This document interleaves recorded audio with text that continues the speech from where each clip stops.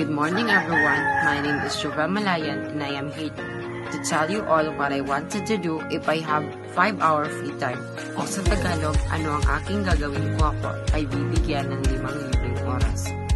Kung ako ay bibigyan ng 5 libreng oras ay gagawin ko sa unang 10 minuto ay maliligo ako para naman presko ako sa natitirang 4 na oras at 50 minuto. At ang gagawin ko sa 50 minuto ay magsiselfone ako o magsusocial media.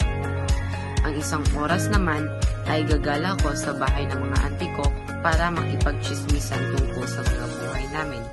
At ang sunod ay ang 1 oras, gagawin ko naman ay pupunta ko sa barangay covered court upang makipaglaro sa mga kaibigan ko para naman ma-enjoy ko ang 1 oras.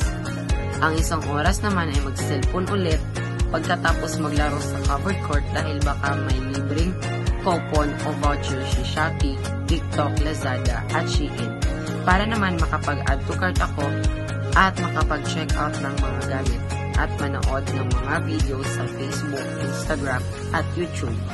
At ang natitirang 1 oras naman ay gagawin ko ay makikipagbanding ako sa aking pamilya at mga pinsan.